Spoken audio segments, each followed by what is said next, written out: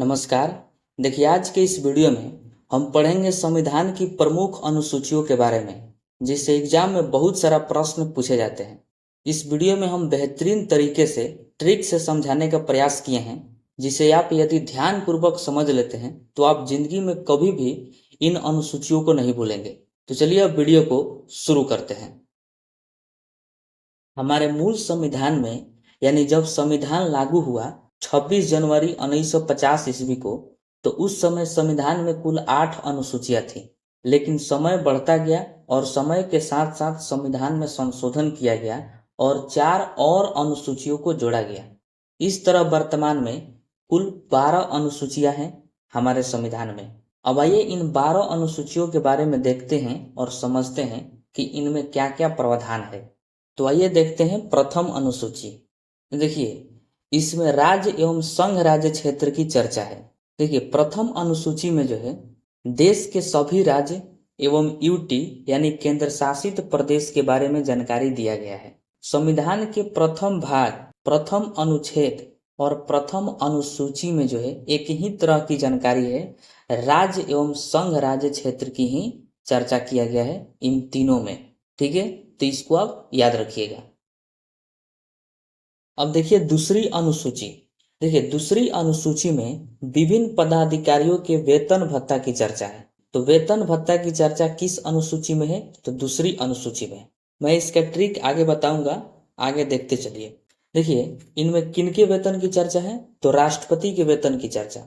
राष्ट्रपति का जो वेतन होता है वो 5 लाख रुपया प्रति महीना होता है और राष्ट्रपति के वेतन पर कोई टैक्स नहीं लगता है, यानी इनका वेतन जो है टैक्स फ्री होता है। ठीक है। उपराष्ट्रपति का वेतन 4 लाख रुपया प्रति माह होता है और लोकसभा अध्यक्ष का वेतन 4 लाख रुपया प्रति माह होता है।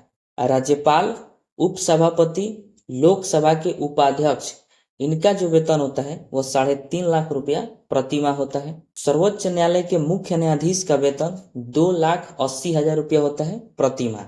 उसी तरह सर्वोच्च न्यायालय के अन्य न्यायाधीश, उच्च न्यायालय के मुख्य न्यायाधीश और सीएजी, यूपीएससी के अध्यक्ष, आरबीआई के गवर्नर, इन सब का जो वेतन होता है वह 2.5 लाख रुपया प्रति माह होता है।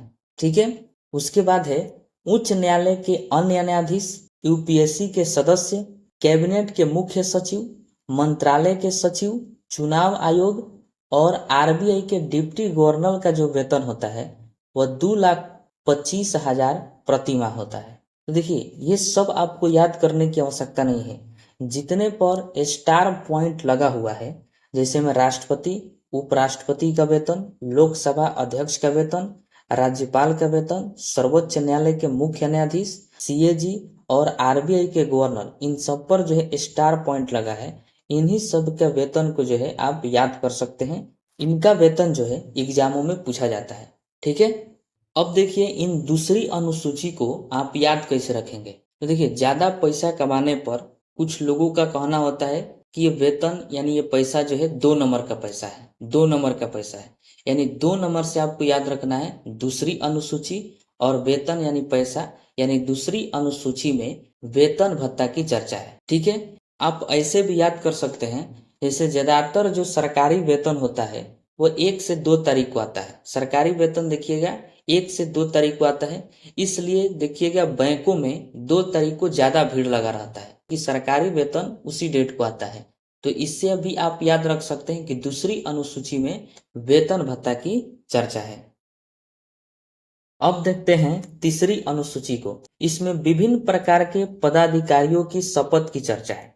देखिए, तीसरी अनुसूची में किसकी चर्चा किया गया है? तो शपथ की चर्चा किया गया है।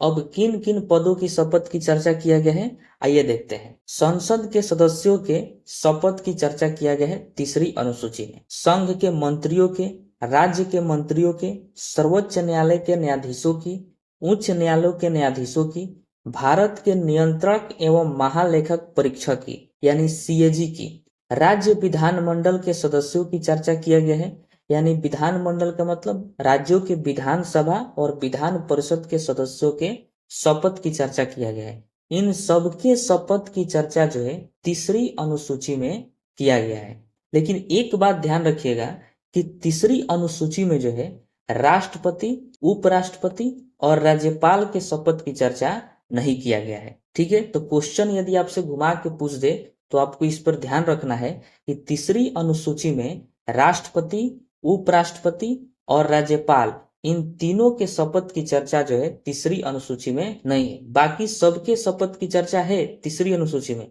लेकिन राष्ट्रपति, उपराष्ट्रपति और राज्यपाल के शपथ की चर्चा नहीं है, क्योंकि इनकी शपथ की चर्चा जो है अलग से संविधान के आर्टिकलों में दिया गया है। जैसे राष्ट्रपति के शपथ की चर्चा आर्टिकल 60 में है और उपराष्ट्रपति के शपथ की चर्चा आर्टिकल 69 में है और राज्यपाल के शपथ की चर्चा जो है आर्टिकल 159 में है। तो इनके शपथ की चर्चा आर्टिकल में दिया गया है और बाकी के शपथ की चर्चा जो है तीसरी अनुसूची में दिया गया है। अब ये बात आता है कि आपको तीसरी अनुसूची याद कैसे रहेगा कि इसमें शपथ की चर्चा है। तो देखिए, तीसरी जब हम बोलते हैं तीसरी, तो बीच में आ रहा है स और शपथ में भी आता है शपथ, स आ रहा है पहले। और तीसरी देखिए कि तीसरी, तो जैसे आपके दिमाग में, जैसे आपसे कोई कहे कि तीसरी अनुसूची में क्या है, तो आपके दिमाग में हंट मारना चाहिए कि तीसरी, तो स यानी शपथ। तो तीसरी अनुसूची में किसकी चर्चा है? तो शपथ की चर्चा। या फिर आप ऐसे भी याद कर सकते हैं कि तीसरी जब लिखते हैं तो तीसरी में 3 अक्षर आता है और शपथ भी लिखते हैं तो शपथ में भी 3 अक्षर आता है।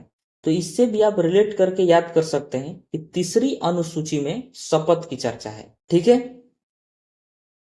आइए अब देखते हैं चौथी अनुसूची में क्या है।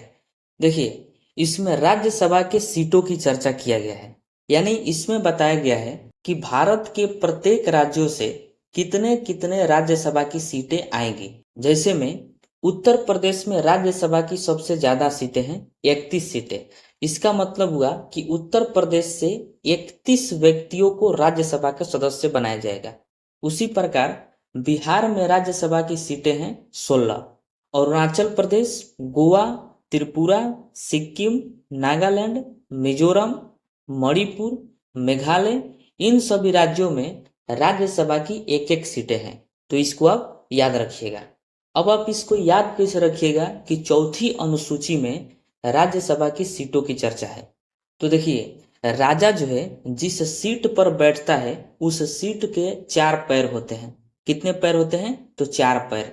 तो उस 4 पैर से आपको याद रखना है चौथी अनुसूची, और उस पर राजा बैठता है। सीट पर कौन बैठता है? तो राजा बैठता है, यानी राजा से आपको याद रखना है राज्यसभा। और किस पर बैठता है? तो सीट पर, यानी राज्यसभा की सीट।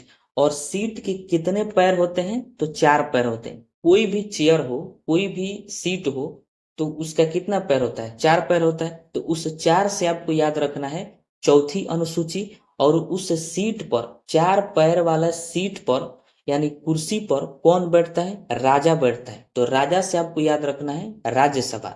और किस पर बैठता है? तो सीट पर बैठता है, यानी सीट। तो राज्यसभा की सीट की चर्चा किस में है? तो चौथी अनुसूची में है। ठीक है, तो ऐसे आप रिलेट करके इसको याद कर सकते हैं। उसके बाद है 5वीं अनुसूची। देखिए, 5वीं अनुसूची में क्या है? अनुसूचित जाति एवं जनजाति के प्रशासन के बारे में चर्चा किया गया है। 5वीं अनुसूची में किसकी चर्चा है? तो अनुसूचित जाति एवं जनजाति के प्रशासन के बारे में चर्चा है। अनुसूचित जाति क्या होती है? इसको एससी भी कहा जाता है। देखिए, ये वे जातियां हैं जिनको समाज द्वारा दबाया गया, इन पर अपना वर्चस्व दिखाया गया और समाज के पिछले पावदान में रखा गया। इनको समाज के साथ साथ चलने के लिए, समाज में समानता का व्यवहार बनाए रखने के लिए इनको अलग से संविधान में प्रशासन की व्यवस्था की गई है, जो 5वीं अनुसूची में दिया गया है। और उसी प्रकार अनुसूचित जनजाति होता है, जिसे एसटी कहा जाता है। ये जो है जंगलों में रहते थे, इनको ही दलित कहा जाता है। ये समाज से बिल्कुल अलग थे। इनको भी आगे लाने के लिए 5वीं अनुसूची में अलग से प्रशासन की व्यवस्था किया गया है। किस अनुसूची में किया गया है? तो 5वीं अनुसूची में। बहुत ही ज्यादा ये महत्वपूर्ण अनुसूची है, 5वीं अनुसूची। इससे जो है एग्जाम में भर भर के प्रश्न पूछता है। तो 5वीं अनुसूची में आप याद रखिएगा कि अनुसूचित जाति एवं जनजाति के प्रशासन की चर्चा है। देखिए, इसको आप ऐसे याद रख सकते हैं कि 5वीं अनुसूची में जो है एससी और एसटी की चर्चा है। तो जब हम 5 लिखते हैं तो 5 जो है एस की तरह दिखाई देता है, और एस लिखते हैं तो एस भी 5 की तरह दिखाई देता है। तो 5वीं अनुसूची में आप याद रख सकते हैं ऐसे कि एससी और एसटी की चर्चा है। अगर आपको ऐसे याद नहीं करना है तो आप ऐसे भी याद कर सकते हैं। जब हम 5वीं लिखते हैं और प्रशासन लिखते हैं तो दोनों प से ही शुरुआत होती है। 5वीं प से, और प्रशासन भी लिखते हैं तो प से। यानी 5वीं अनुसूची में एससी और एसटी के प्रशासन के बारे में चर्चा किया गया है। तो इस तरह से आप रिलेट करके याद कर सकते हैं। ठीक है, देखिए अब देखते हैं 6ठी अनुसूची। देखिए, इसमें पूर्वोत्तर भारत के 4 राज्य असम, त्रिपुरा, मेघालय, मिजोरम के अनुसूचित क्षेत्रों के प्रशासन की चर्चा किया गया है। आज भी भारत के पूर्वोत्तर राज्यों पर केंद्र सरकार का ज्यादा ध्यान नहीं रहता है, क्योंकि वहां पर सीटें बहुत कम होती है। तो वहां के अनुसूचित जातियों पर ध्यान कहाँ से देंगे? इसलिए इन राज्यों में विशेष अनुसूचित क्षेत्रों को अलग से प्रशासन की व्यवस्था की गई है, जो इन राज्यों के अनुसूचित जातियों को अलग से सुरक्षा एवं विभिन्न प्रकार की व्यवस्था देने का काम करती है। तो 6ठी अनुसूची में आपको याद रखना है, ये पूर्वोत्तर भारत के जो 4 राज्य हैं असम, त्रिपुरा, मेघालय, मिजोरम के अनुसूचित क्षेत्रों के प्रशासन की चर्चा है। अब देखिए, ये 4 राज्य जो है किसी को याद नहीं रहते हैं कि 6ठी अनुसूची में कौन सा 4 राज्य है। तो इसके लिए एक ट्रिक है, एटीएम मशीन। ATMM, ATMM यानी एटीएम मशीन। ए से आपको याद रखना है असम, टी से त्रिपुरा, एम से मेघालय और एम से मिजोरम। आप पहले मिजोरम बोल सकते हैं या फिर बाद में मिजोरम बोलिए, चाहे पहले मेघालय बोलिए चाहे बाद में मेघालय बोलिए, बात दोनों के एक ही है, क्योंकि दोनों जो है एम से ही चालू होता है। तो ए से हो जाएगा असम, टी से त्रिपुरा, एम से मेघालय और एम से मिजोरम, यानी एटीएम मशीन। अब देखते हैं 7वीं अनुसूची को। देखिए, इस अनुसूची में केंद्र एवं राज्यों के शक्ति की विभाजन की चर्चा किया गया है। यानी केंद्र सरकार और राज्य सरकार किन किन मुद्दों पर या कौन कौन सा कार्य कर सकती है, इसके लिए 3 सूची बनाया गया है, संघ सूची, राज्य सूची एवं समवर्ती सूची। देखिए, संघ सूची के ऊपर केंद्र सरकार कानून बनाती है और उसके ऊपर कार्य करती है। राज्य सूची के ऊपर राज्य सरकार कानून बनाती है और उसके ऊपर कार्य करती है। और समवर्ती सूची के ऊपर दोनों कानून बना सकती है, यानी केंद्र सरकार भी और राज्य सरकार भी। तो इन सभी का जो है चर्चा, यानी सभी संघ का चर्चा, संघ सूची, राज्य सूची एवं समवर्ती सूची, इनकी चर्चा जो है 7वीं अनुसूची में किया गया है। अब देखिए, हमारे संविधान में यह स्पष्ट किया जा चुका है कि किन किन विषयों पर केंद्र सरकार और राज्य सरकार कानून बनाएगी तथा किन किन विषयों पर दोनों मिलकर कानून बनाएंगे। इसके बारे में जो है हमारे संविधान में बताया जा चुका है। आइए उसको देखते हैं। संघ सूची के ऊपर केंद्र सरकार कानून बनाती है। जब संविधान बना तो उस समय संघ सूची में कुल 97 विषय थे जिन पर केंद्र सरकार कानून बना सकती थी, लेकिन आगे चलकर 3 और जोड़ा गया और वर्तमान में कुल 100 विषय हो गए हैं संघ सूची में, जिस पर जो है केंद्र सरकार कानून बना सकती है। वह विषय देखिए क्या है, जनगणना, सेना, रेलवे, बैंक, वायुयान और कम्युनिकेशन। ये जो है संघ सूची के विषय हैं और इन सब पर जो है केवल और केवल केंद्र सरकार ही कानून बना सकती है। उसी प्रकार देखिए, राज्य सूची में जब मूल संविधान था तो उस समय 66 विषय थे राज्य सूची में, और आज वर्तमान में 61 विषय हैं, यानी 5 विषय जो है घट गए हैं। और राज्य सूची पर राज्य सरकार कानून बनाती है। तो पुलिस, शराब, कृषि, स्थानीय स्वशासन, पंचायत, पशुपालन, हॉस्पिटल और जेल, इन सभी विषयों पर जो है केवल और केवल राज्य सरकार ही कानून बना सकती है, क्योंकि ये सब विषय केवल राज्य सूची में आते हैं। ठीक है, इसी के तहत शराब बंदी हुआ है बिहार में, क्योंकि राज्य सूची के विषय में शराब है। उसी प्रकार समवर्ती सूची में मूल संविधान में कुल 47 विषय थे, लेकिन आज वर्तमान में 52 विषय हो गए हैं। समवर्ती सूची में राज्य सरकार और केंद्र सरकार दोनों कानून बना सकती है। इस विषय में है शिक्षा, मजदूरी, जनसंख्या नियंत्रण, वन यानी जंगल, आर्थिक नियोजन, विद्युत योजना। ये विषय जो है समवर्ती सूची के हैं और इन सब पर जो है केंद्र और राज्य सरकार दोनों जो है कानून बना सकती है। ये सबको आपको जो है याद रखना है, ठीक है। देखिए, एक होता है अवशिष्ट सूची। इस विषय पर कानून बनाने का अधिकार जो है केंद्र सरकार एवं संसद को है। देखिए, जब संविधान बना तो उस समय भारत की स्थिति कुछ और थी और आज कुछ और है। अर्थात बहुत सारा डेवलपमेंट हुआ, बहुत सारा चेंजिंग हुई और नया नया विषय उभरा। बहुत सारा नया नया विषय जो है उभर गया, जो उस समय इन विषयों का नामो निशान नहीं था जब संविधान को बनाया गया उस समय। जैसे में इंटरनेट, उस समय इंटरनेट नहीं था, कंप्यूटर, सॉफ्टवेयर, ई कॉमर्स, इन सब का जो है उस समय नामो निशान नहीं था।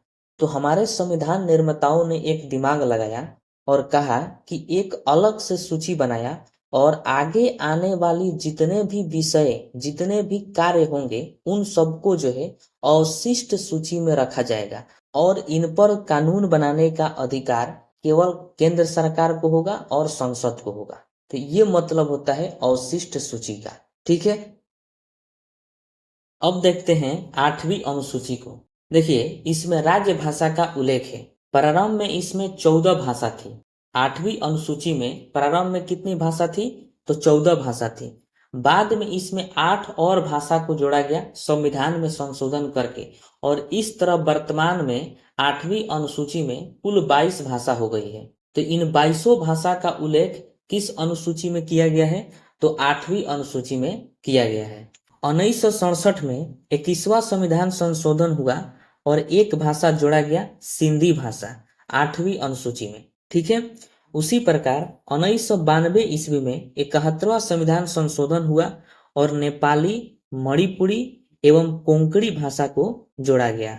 उसके बाद 2003 में 92वां संविधान संशोधन किया गया और बोडो, डोंगरी, मैथिली, संथाली, इन 4 भाषाओं को जोड़ा गया।